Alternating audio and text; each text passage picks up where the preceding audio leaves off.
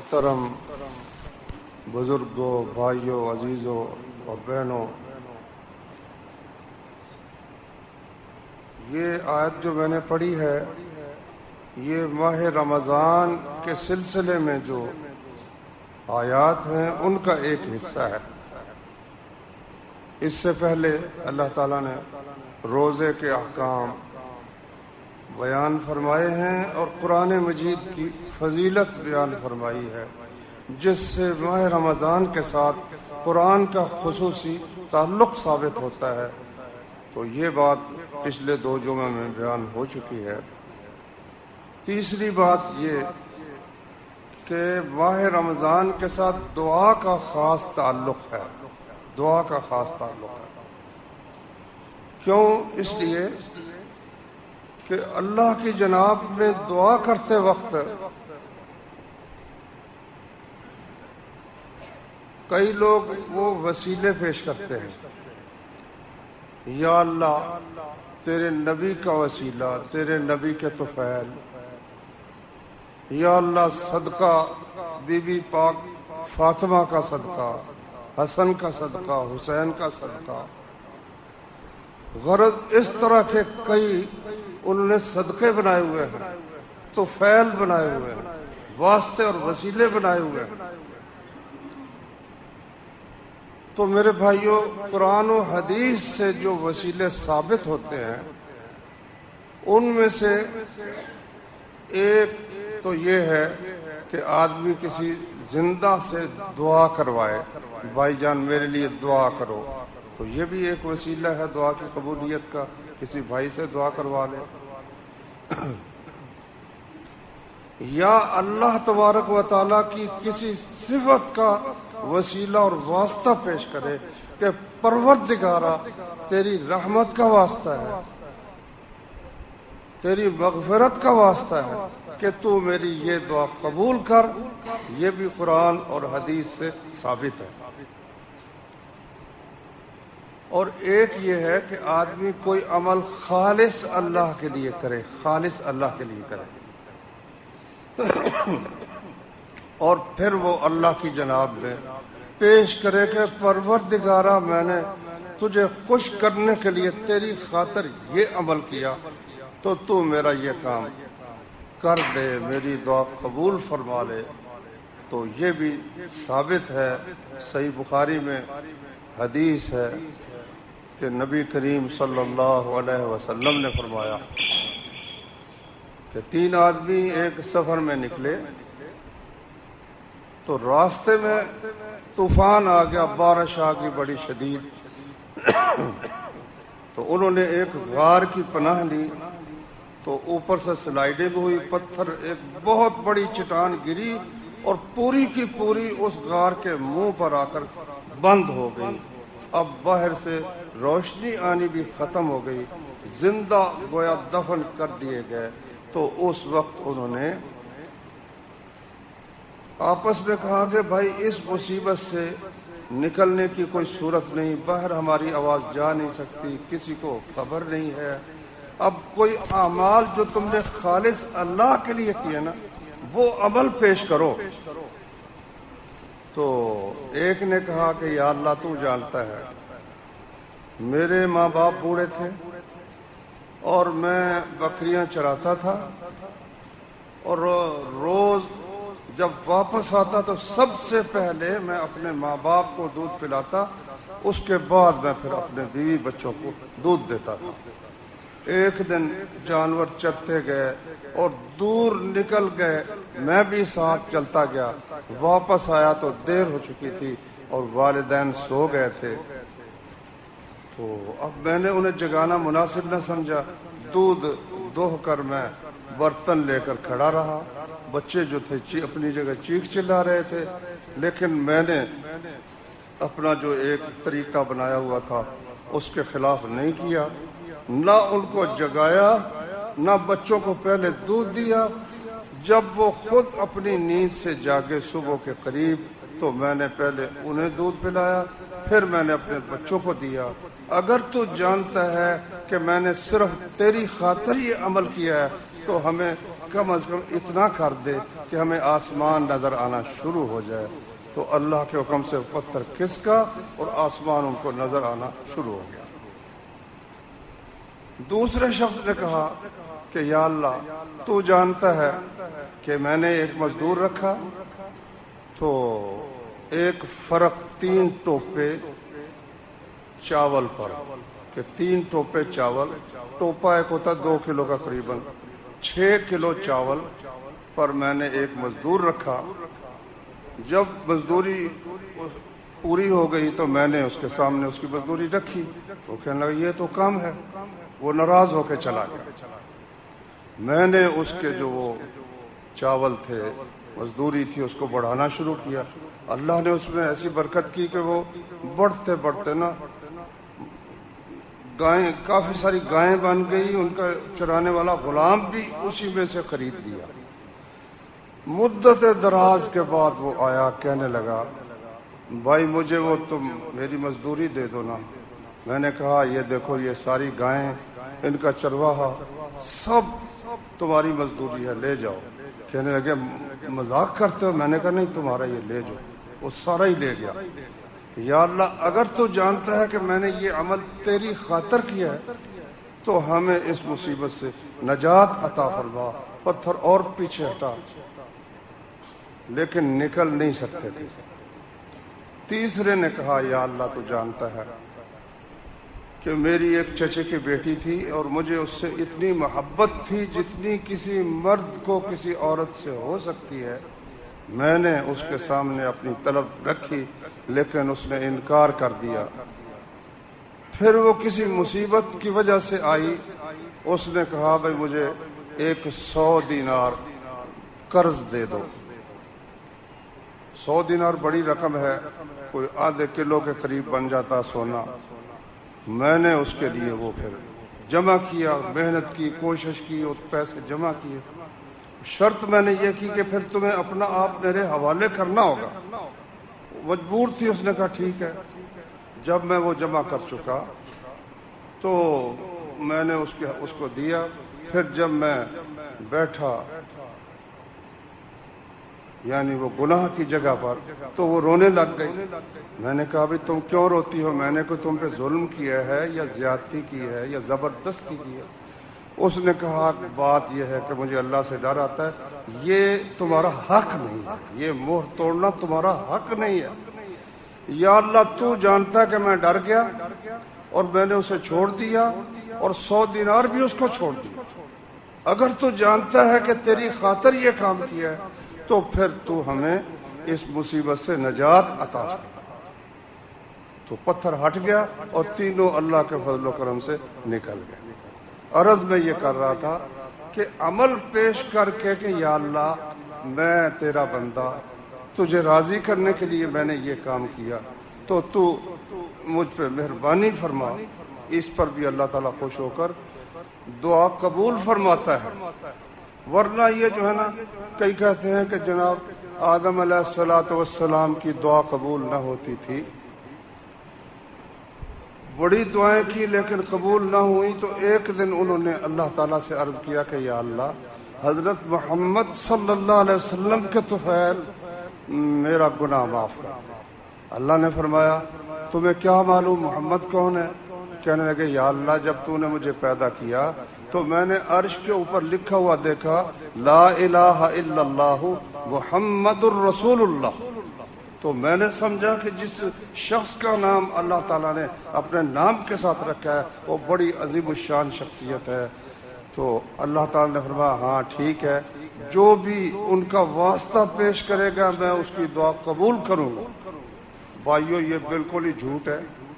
قرآن مجید نے بتایا ہے کہ ہم نے آدم کو خود ایک دعا سکھائی. فَتَلَقَّى آدَمُ مِن رَّبِّهِ كَلِمَاتٍ. آدم نے اپنے رب سے چند کلمات سیکھے تو ان کے ساتھ اللہ سے دعا کی. فَتَابَ عَلَيْهِ، اللہ نے ان کی توبہ قبول فرمائی. وہ دعا کیا تھی بھلا؟ ربنا ظلمنا انفسنا وان لم تغفر لنا وترحمنا لنكونن من الخاسرین. سب سے پہلے اپنی جو ہے نا اپنا قصور اس کا اعتراف.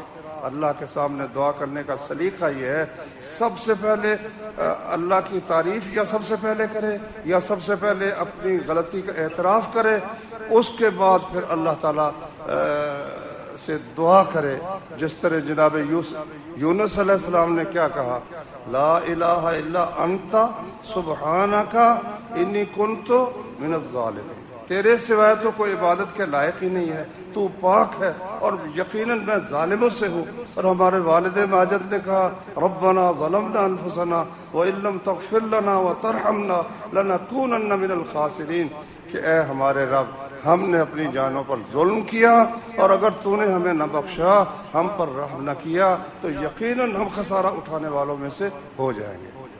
تو بھائیو، یہ عمل والی بات جو ہے نا، روزانہ ہم دعا کرتے ہیں لیکن مطلب نہیں نہ سمجھتے، تو ہمیں پھر پتہ نہیں ہوتا کہ ہم کیا کہہ رہے ہیں۔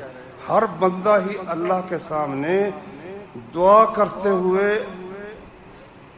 اپنے عمل کو پیش کرتا ہے۔ دیکھو سورہ فاتحہ ہر رکعت میں پڑھی جاتی ہے۔ اللہ تعالیٰ نے فرمایا کہ یہ پڑھو الحمدللہ رب العالمین، سب تعریف اللہ کے لیے ہے جو رب العالمین ہے، الرحمن الرحیم، بے حد رحم کرنے والا، نہایت مہربان ہے، مالک یوم الدین، قیامت کے دن کا مالک ہے۔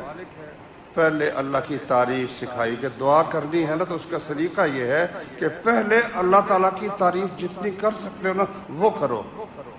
اس کے بعد کہا ایاک نعبد، یا اللہ ہم صرف تیری عبادت کرتے ہیں۔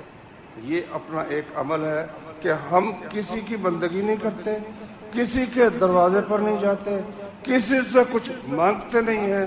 ایاک نعبد، تجھی سے مانگتے ہیں۔ اس کی تشریح تمام مفسرین نے یہ کی ہے، نعبد کا ایاک کا مطلب ہے تیری عبادت کرتے ہیں، تیرے سوا کسی کی عبادت نہیں کرتے۔ اچھا، اب آگے موقع آ گیا کہ میری عبادت کرتے ہو تو پھر کیا مقصد تمہارا کیا ہے؟ کہا ایاک نعبد، جب عبادت یا اللہ تیری کرتے ہیں، و ایاک نستعین، تو مدد بھی تجھ سے مانگتے ہیں، ہماری مدد فرما۔ پہلے اپنی عبادت کا ذکر کیا، اپنی بندگی کا ذکر کیا، اس کے ساتھ ہی پھر اللہ تعالیٰ سے مدد کی درخواست پیش کر دی۔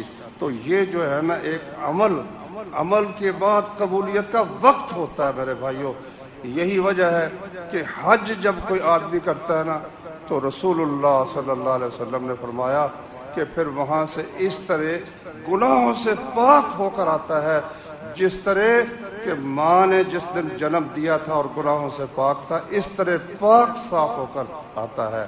یہ حج کے عمل کا نتیجہ اس صورت میں اللہ تعالیٰ آدمی کو عطا فرماتا ہے۔ روزہ بھی ان اعمال میں سے ہے کہ روزہ جب انسان کھولتا ہے نا تو اس کے گناہ اللہ تبارک و تعالیٰ معاف فرما دیتا ہے۔ فرمایا نبی کریم صلی اللہ علیہ وسلم نے، من صام رمضان ایمانا واحتسابا غفر له ما تقدم من ذنبه، ایمان اور یقین کے ساتھ جو شخص روزہ رکھے اس کے پچھلے گناہ اللہ تبارک و تعالیٰ معاف فرما دیتا ہے۔ تو یہ اتنا بڑا عمل ہے، تو اس لیے اللہ تعالیٰ نے پھر توجہ دلائی کہ اذا سألک عبادی عنی، جب میرے بندے، یعنی اللہ تعالیٰ کی رحمت پر غور کرو نا کہ اللہ نے فرمایا میرے بندے ہیں، جیسے بھی ہیں، جس طرح کے بھی ہیں، بندے تو میرے ہیں۔ اور تجھ سے پوچھے اے میرے نبی، پوچھے کہ ہمارا رب کہاں ہے، کتنی دور ہے، تو ان سے کہہ دو انی قریب، میں بالکل قریب ہوں، میں دور بالکل نہیں ہوں۔ اجیب دعوت الداع اذا دعان، دعا کرنے والا جب مجھے پکارے، مجھ سے دعا کرے، میں اس کی دعا قبول کرتا ہوں۔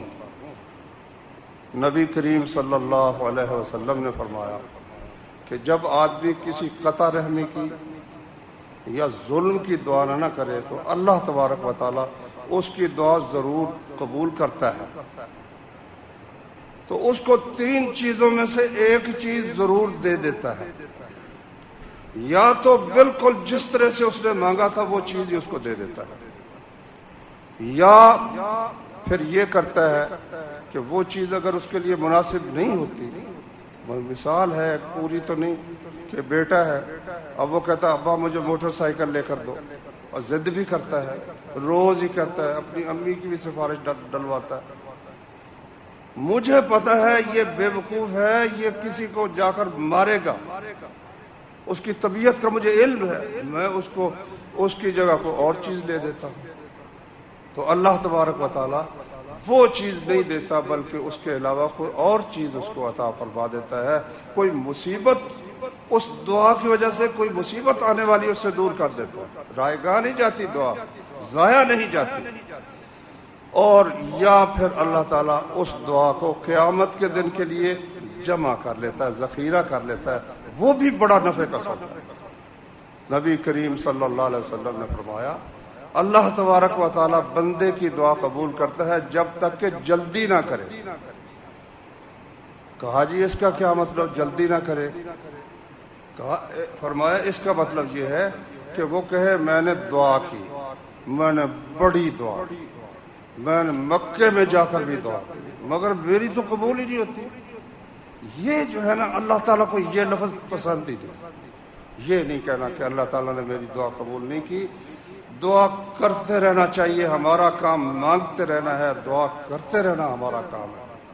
تو میرے بھائیوں، اللہ تعالیٰ نے اپنی رحمت کا قرآن مجید میں بار بار ذکر فرمایا ہے، قل یا عبادی الذین اسرفوا علی انفسہم لا تقنطوا من رحمت اللہ، کہہ دے اے نبی کہ اے میرے بندو جنہوں نے اپنی جانوں پر زیادتی کی ہے، اللہ کی رحمت سے نا امید مت ہو جاؤ۔ ان اللہ یغفر الذنوب جميعا، کیونکہ اللہ تعالیٰ سارے گناہ ہی معاف کر دیتا۔ اس کے سامنے جنہوں نے کہا نا کہ تین خدا ہیں، ان کو بھی اللہ نے فرمایا۔ جنہوں نے کہا مسیح عیسیٰ بن مریم خود ہی خدا ہے، جنہوں نے کہا کہ اللہ کے ہاتھ بندھے ہوئے، اللہ تعالیٰ بخیل ہے، اور جنہوں نے کہا کہ اللہ تعالیٰ فقیر ہے، ہم غنی ہیں، یہودی، اللہ نے ان کے متعلق فرمایا افلا یتوبون الی اللہ ویستغفرونہ، یہ لوگ اللہ کی طرف توبہ نہیں کرتے، بخشش نہیں مانگتے، واللہ غفور الرحیم، اللہ ان سب گستاخیوں کو معاف کر دینے والا ہے۔ شرط یہ ہے کہ آدمی پلٹ آئے، پلٹ آنا ضروری ہے۔ پھر پلٹنے کے بعد پھر اگر غلطی ہو جائے تو انسان ہے، اس سے غلطی ہوتی ہے، وہ پلٹتا ہے، پھر غلطی ہوتی ہے، پھر بس یہ ہے کہ جب بھی غلطی ہو انسان ہو کر ممکن نہیں ہے کہ اس سے غلطی نہ ہو۔ جب بھی غلطی ہو فوراً اللہ تعالیٰ سے توبہ کرے، استغفار کرے، پھر جب غلطی ہو جائے پھر اس سے معافی مانگ لے۔ بس اللہ تعالیٰ کو یہ بات پسند ہے، ان اللہ یحب العبد المفتن التواب، اللہ تبارک و تعالیٰ اس بندے کو جو فتنے میں پڑا ہوا ہے، کوئی نہ کوئی اس کو گناہ کی لت پڑی ہوئی ہے تو اس کی وجہ سے وہ مجبور ہو کر غلط کام کرتا ہے، التوابہ، لیکن توبہ بھی بہت کرتا ہے، پھر ساتھ ہی توبہ کر کے وہ کام چھوڑ دیتا ہے، پھر اس سے غلطی ہو جاتی، پھر چھوڑنے کا عہد اللہ تعالیٰ سے کرتا ہے، پھر غلطی ہو جاتی ہے۔ اللہ تعالیٰ ایسے بندے سے محبت رکھتا ہے، نبی کریم صلی اللہ علیہ وسلم نے فرمایا۔ بخاری اور مسلم میں ایک حدیث ہے، نبی صلی اللہ علیہ وسلم نے فرمایا کہ ایک بندے نے گناہ کیا، کہنے لگے یا اللہ انی اذنبت ذنبا فاغفر لی، یا اللہ میں نے گناہ کر لیا، مجھ سے گناہ ہو گیا، مجھے بخش دے۔ اللہ نے فرمایا کیا میرے بندے کو علم ہے کہ کوئی اس کا مالک ہے جو پکڑ بھی سکتا ہے، بخش بھی سکتا ہے؟ تو اب وہ مجھ سے درخواست کر رہا ہے، میں نے اپنے بندے کو بخش دیا، کیونکہ عام لوگوں کو تو پرواہ ہی نہیں ہے نا کہ کوئی ان کا مالک ہے، میں غلط کام کر رہا ہوں، میں نے اس سے معافی مانگنی ہے۔ وہ تو جس طرح جانور ہیں اس طرح زندگی بسر کر رہے ہیں، اپنے مالک سے ان کا کوئی تعلق ہی نہیں ہے۔ تو نبی صلی اللہ علیہ وسلم نے فرمایا کچھ مدت تک وہ ٹھہرا رہا، پھر گناہ کر لیا، پھر کہتا یا اللہ میں نے گناہ کر لیا، مجھے بخش دے۔ اللہ تعالی نے فرمایا کیا میرے بندے کو معلوم ہے کہ میرا رب ہے جو مجھے پکڑتا بھی ہے، مجھے معاف بھی کرتا ہے؟ میں نے اپنے بندے کو معاف کر دیا۔ تیسری دفعہ پھر اس سے غلطی ہوئی، پھر کہتا یا اللہ مجھ سے گناہ ہو گیا۔ اللہ تعالی نے فرمایا کیا میرے بندے کو معلوم ہو گیا کہ میرا کوئی رب ہے، کوئی مالک ہے جو پکڑتا بھی ہے، بخشتا بھی ہے؟ میں نے بندے کو معاف کر دیا، جو چاہے کرتا رہے، جو چاہے کرتا رہے۔ کیا اس کا مطلب یہ کہ گناہ کرتا رہے؟ نہیں، مطلب یہ کہ اس طرح اگر اس سے گناہ ہوتا ہے کہ وہ اس پہ قائم نہیں رہتا، مجھے منانے کی کوشش کرتا ہے، مجھ سے عہد و پیمان کرتا ہے، پھر اس سے غلطی ہوتی ہے تو پھر مجھ سے مانگتا ہے معافی، تو میں اس کو معاف کر دیتا ہوں۔ یہی بات اس جو روزے کی آیت ہے، روزے سے تعلق رکھنے والی، اس آیت میں بھی اللہ نے فرمایا فَلْيَسْتَجِيبُوا لِي وَلْيُؤْمِنُوا بِي۔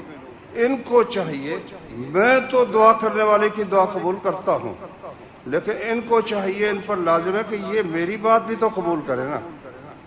یہ تو کوئی طریقہ نہیں ہے نا کہ میری بات قبول نہیں کرتے، میری بات مانتے نہیں ہیں، مجھ پر یقین نہیں رکھتے، مجھ پر ایمان نہیں رکھتے، اور پھر درخواست کرتے چلے جاتے ہیں، دعا کرتے چلے جاتے ہیں۔ یہ نہیں، فَلْيَسْتَجِيبُوا لِي وَلْيُؤْمِنُوا بِي، میری بات بھی مانے اور مجھ پر ایمان بھی لائے، مجھ پر یقین بھی رکھے۔ میرے بھائیوں، آج 18واں روزہ ہے، 3 جمعے گزر گئے ماہ رمضان المبارک کے۔ ہماری حالت میں کوئی تبدیلی، کوئی ہم نے غلط کام جس کو ہم غلط سمجھتے ہوں کہ یہ کام میں غلط کرتا ہوں، کسی دوسرے کے بتانے کی ضرورت نہیں ہے۔ اللہ تعالیٰ نے قرآن میں فرمایا بَلِ الْإِنسَانُ عَلَى نَفْسِهِ بَصِيرَةٌ وَلَوْ أَلْقَى مَعَاذِيرَهُ، بلکہ انسان اپنے آپ کو خوب سمجھتا ہے، بہت سمجھتا ہے، اگرچہ وہ اپنے بہانے جتنے مرضی بناتا رہے، لیکن وہ اپنے آپ کو خوب سمجھتا ہے۔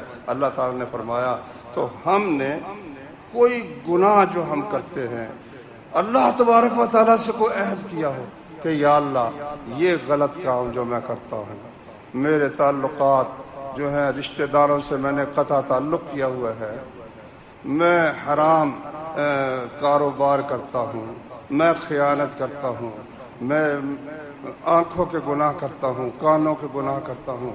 غرض انسان کو گناہ کا پتہ ہے، وہ خوب اچھی طرح سے جانتا ہے۔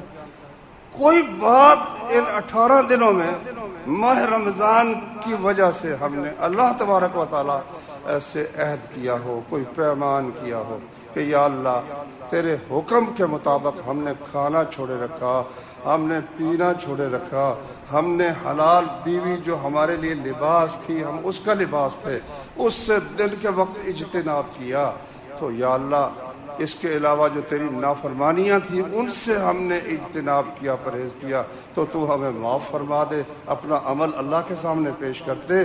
تو کیا کوئی اس قسم کا عمل ہم نے کیا ہے؟ اس بات پر بھائیوں بہت زیادہ غور کی ضرورت ہے۔ تو یہ مہینہ ایسا ہے کہ اس میں اس کی خاص طور پر راتیں جو ہے نا وہ بڑی ہی برکت والی ہیں۔ آخری 10 راتیں وہ نبی کریم صلی اللہ علیہ وسلم ان کا اعتکاف کرتے تھے۔ کس مقصد کے لیے؟ لیلۃ القدر اس مہینے میں ہے۔ اللہ تعالیٰ نے قرآن مجید میں فرمایا ہم نے یہ قرآن لیلۃ القدر میں نازل کیا، اور تجھے کیا معلوم کہ لیلۃ القدر کیا ہے؟ لیلۃ القدر 1000 مہینے سے بہتر ہے۔ اس میں روح یعنی جبریل علیہ الصلوۃ والسلام اور فرشتے اترتے ہیں، ہر کام کے متعلق سلامتی ہے، فجر تک یہی اللہ کی رحمت کا سلسلہ جاری رہتا ہے۔ تو یہ 1000 مہینے سے بہتر رات ماہ رمضان کے اندر ہے، اور نبی صلی اللہ علیہ وسلم کو اللہ تعالیٰ نے وہ رات بتائی، صحیح بخاری میں ہے۔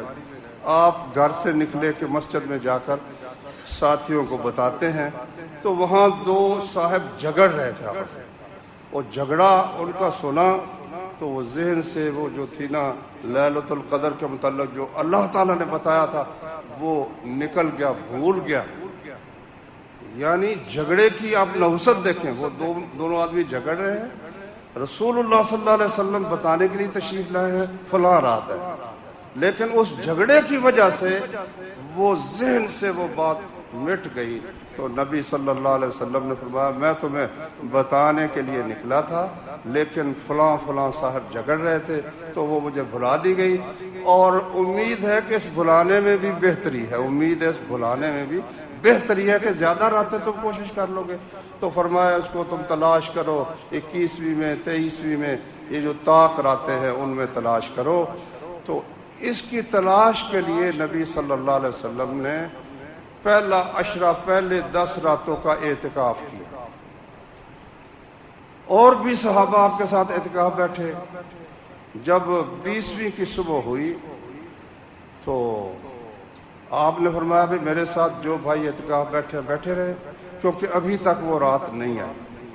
دوسرا عشرہ بھی آپ نے فرمایا کہ مجھے وہ رات دکھائی گئی ہے اور میں نے دیکھا کہ میں اس رات میں کیچڑ کے اندر سجدہ کر رہا ہوں۔ پھر دوسرا عشرہ اعتکاف کیا تو جب پہلے تو 10ویں کی صبح کو، 20ویں کہہ گیا میں، 10ویں روزے کی صبح کو آپ نے فرمایا کہ بھائی جو میرے ساتھ بیٹھے وہ بیٹھے رہے۔ پھر دوسرے عشرے کا اعتکاف کیا، پھر 20ویں کی صبح کو فرمایا کہ جو لوگ میرے ساتھ اعتکاف بیٹھے ہیں وہ بیٹھے رہے، ابھی تک وہ رات نہیں آئی۔ ابو سعید خدری اس حدیث کے راوی ہے، وہ کہتے ہیں کہ پھر بیٹھ گئے ہم۔ تو 21ویں کی رات تھی کہ بارش ہوئی اور مسجد ایک چھپر تھی، تو جہاں رسول اللہ صلی اللہ علیہ وسلم کھڑے ہوتے تھے چھپر ٹپک پڑا تو وہاں کیچڑ تھا۔ فجر کی نماز اللہ کے رسول نے پڑھائی تو آپ کی پیشانی پر وہ کیچڑ لگ گیا، تو دن کے وقت وہ سارے کیچڑ کے نشانات رسول اللہ صلی اللہ علیہ وسلم کی پیشانی پر بالکل نمایاں تھے۔ تو 10 راتیں اب اعتکاف کس وقت بیٹھنا ہے؟ تو ابو داود میں حدیث ہے کہ نبی کریم صلی اللہ علیہ وسلم فجر کی نماز پڑھ کر اعتکاف کی جگہ میں داخل ہو جاتے تھے، فجر کی نماز پڑھ کر اعتکاف میں داخل ہو جاتے تھے۔ اب کئی لوگ کہتے ہیں کہ جی 21ویں رات سے پہلے عصر کے وقت مسجد میں آ جائے، رات مسجد میں ٹھہرے، لیکن پھر فجر جو ہے نا 21ویں کی فجر وہ اپنے اعتکاف کی جگہ میں داخل ہے، تو وہ 21ویں کی رات تو اعتکاف میں نہ آئی۔ تو اس لیے اس حدیث کا جو مطلب ہمیں تو اللہ کے فضل سے سمجھ آیا وہ یہ ہے کہ جس نے آخری عشرے کا اعتکاف کرنا ہے وہ 20ویں رات جب ختم ہو تو فجر کی نماز پڑھ کر وہ اعتکاف کی جگہ میں داخل ہو جائے، 20واں روزہ اس کا اعتکاف میں گزرنا چاہیے اور آگے 21ویں رات آ جائے گی۔ یہ ہے رسول اللہ صلی اللہ علیہ وسلم کا طریقہ، کیونکہ آپ نے 20ویں کی صبح کو فرمایا کہ جو لوگ جانے لگے ہیں وہ بیٹھے رہے، تو وہ بیٹھے رہے۔ اب 20واں روزہ اس کے اندر آیا، آخری عشرے کے اندر، تو اس لیے یہ ہے طریقہ کہ 20ویں رات کی فجر کو اعتکاف کے اندر داخل ہو جائے۔ اب اعتکاف کے اندر داخل ہونے کا مقصد کیا ہے؟ مقصد بھائیو اپنے گناہوں کی معافی ہے۔ سب سے بڑھ کر جس دعا کی ضرورت ہے ماہ رمضان میں وہ اپنے گناہوں کی معافی ہے۔ دلیل اس کی صحیح بخاری کی حدیث ہے کہ حضرت عائشہ ہماری ماں نے رسول اللہ صلی اللہ علیہ وسلم سے پوچھا کہ یا رسول اللہ اگر میں اس رات کو پا لوں تو میں کیا پڑھوں؟ آپ نے فرمایا تم یہ پڑھو اللہم انک عفو تحب العفو فاعف عنی، اے اللہ تو بہت معاف کرنے والا ہے اور معاف کرنے سے محبت رکھتا ہے، اس لیے مجھے معاف کر دے۔ یہ دعا نبی کریم صلی اللہ علیہ وسلم نے ام المومنین عائشہ رضی اللہ عنہ کو سکھائی۔ تو اس لیے معافی کی درخواست جس لفظ میں بھی ہونا، مثلا اللہ نے فرمایا وَقُلْ رَبِّ اغْفِرْ وَارْحَمْ وَأَنْتَ خَيْرُ الرَّاحِمِينَ، تو اے نبی تو کہہ۔ اس بات پر بھائیو غور کرنا ہے، قرآن مجید میں وہ دعائیں جو اللہ نے اپنے نبی کو قول کے ساتھ سکھائی نے کہ اے نبی تو یہ کہہ، وہ تو کمال درجے کی دعا ہے، کمال درجے کی۔ مثلا اللہ نے فرمایا کہ وَلَا تَعْجَلْ بِالْقُرْآنِ مِنْ قَبْلِ أَنْ يُقْضَى إِلَيْكَ وَحْيُهُ وَقُلْ رَبِّ زِدْنِي عِلْمًا، تو یہ کہہ، اللہ نے اپنے نبی کو حکم دیا۔ اسی طرح اللہ نے حکم دیا وَقُلْ رَبِّ اغْفِرْ وَارْحَمْ وَأَنْتَ خَيْرُ الرَّاحِمِينَ، کمال دعا ہے، یا اللہ تو بخش بھی دے تو رحم بھی کر. اب دو باتیں غفور الرحیم آتا ہے بار بار قرآن مجید میں, تو اس کا فرق کیا ہے؟ وہ فرق تھوڑا سا آپ سمجھنا تو بڑا مزہ آئے گا انشاءاللہ کہ دونوں صفتیں کٹھی کیوں آتی ہیں. غفور کا لفظی معنی ہے پردہ ڈال دینے والا, غفران کا معنی پردہ ڈالنے والا, رحیم کا معنی رحم کرنے والا. اب ایک مثال ایک مفسر نے دی سمجھانے کے لیے, پوری تو نہیں اللہ کی صفات کو ادا کر سکتی لیکن کچھ سمجھنے کے قریب کر دیتی ہے. مثلا ایک آدمی نے ایک چور کو پکڑ لیا, پکڑ کر کہا کہ میں لے جاتا ہوں عدالت میں ہاتھ کٹواؤں گا. اس نے منتیں کی, اللہ کے واسطے مجھے معاف کر دو, نہ کسی کو بتاؤ. تو میں دل نرم ہو گیا, اچھا جاؤ, نہیں بتاتا کسی کو. یہ ہے مغفرت, پردہ ڈال دیا, کسی کو نہیں بتایا. اچھا پھر یہ سوچا کہ یہ بیچارہ چور ہے, مجبور ہوگا, مجبوری کی وجہ سے اس نے چوری کی ہوگی, تو اس کو کچھ پیسے دے کر کاروبار پر کھڑا کر دیا. یہ کیا ہے؟ یہ آگے رحم ہو گیا نا. وہ پہلا اس کا گناہ کسی کو نہیں بتایا, پردہ ڈال دیا, وہ مغفرت ہو گئی. اور یہ جو چیز کی نا کہ آگے اس کو پاؤں پہ کھڑا کر دیا, یہ رحم ہو گیا. تو اللہ تعالیٰ سے دونوں درخواست, پروردگار ہمارے گناہوں پہ بھی پردہ ڈال, ان کو بھی صاف کر دے, اور آگے ہماری حالت پر رحم بھی فرما, اور ہمارے جتنی ضرورتیں ہیں وہ اپنے فضل و کرم سے پوری فرما دے. رب اغفر وارحم وانت خیر الراحمین. اس کے علاوہ جو بھی ہے حضرت آدم علیہ السلام کی دعا ہے, ربنا ظلمنا انفسنا, جناب یونس علیہ السلام کی دعا ہے, لا الہ الا انت, جناب ابراہیم علیہ السلام کی دعا ہے, رب اغفر لی ولوالدی وللمؤمنین یوم یقوم الحساب. جب بندہ دعا کرتا ہے تو اپنے پیارے بھی یاد آتے ہیں, پھر اپنے والدین کے لیے بھی دعا کرے, اپنے دوستوں کے لیے بھی دعا کرے, تمام مسلمانوں کے لیے بھی دعا کرے. تو یہ ہے اعتکاف کا مقصد. اچھا یہ تو اعتکاف کا مقصد نہیں نا کہ خوب کھا کر سو گئے, سوئے رہے, یا نوجوان بیٹھ گئے اور وہاں ایک منڈلی بنا کر باتیں کرتے رہے. یہ تو مقصد اعتکاف فضول ہے, ایسا نہیں ہونا چاہیے. اس میں زیادہ سے زیادہ قرآن کریم کی تلاوت, اللہ تعالیٰ سے بخشش کی دعا, اپنے گناہوں کو چھوڑنے کا عہد, اور اللہ تعالیٰ سے اس پر قائم رہنے کی درخواست کرنا بار بار, یا اللہ مجھے گناہ چھوڑنے کی اور اس کو چھوڑنے پر قائم رہنے کی توفیق عطا فرما. تو یہ ہے بھائیوں. اور ان دعاؤں میں ہمارے ان مسلمانوں کو, اخبار میں آیا ہے آدھی آبادی شام کی, ملک شام کی, ملک چھوڑ کے چلی گئی ہے, ہجرت کرنے پر مجبور ہے, گولے برستے ہیں, میزائل برستے ہیں, اور کتنے لاکھ آدمی قتل ہو چکے ہیں, کتنے لاکھ آدمی. تو اسی طرح سے حال ہے مسلمانوں کا. عراق میں بھی یہی حال ہے, یہاں پاکستان افغانستان کا بھی یہی حال ہے. تو مسلمانوں کے لیے دعا کرنا, یا اللہ مسلمانوں کے حال پر رحم فرما, اور یا اللہ مسلمانوں کو اپنے راستے میں جہاد کرنے کی توفیق عطا فرما, اور ان کو متحد ہونے کی توفیق عطا فرما. تو یہ بھی دعا صرف اپنی ذات کے لیے نہیں, اللہ کے رسول نے فرمایا صلی اللہ علیہ وسلم, بندہ جب اپنے بھائی کی عدم موجودگی میں دعا کرتا ہے نا, تو فرشتہ ساتھ دعا کرتا ہے, یا اللہ اس بندے کو بھی یہ سب کچھ دے دے جو دوسرے کے لیے مانگ رہا ہے. تو فرشتے کی دعا تو آپ جانتے ہیں اللہ قبول کرتا ہے. تو اس لیے اپنے بھائیوں کے لیے, اپنے عزیزوں کے لیے دعا کرنی چاہیے. اللہ تعالیٰ سمجھنے کی, عمل کرنے کی توفیق عطا فرمائے. سبحانك اللهم وبحمدك أشهد أن لا إله إلا أنت أستغفرك وأتوب إليك.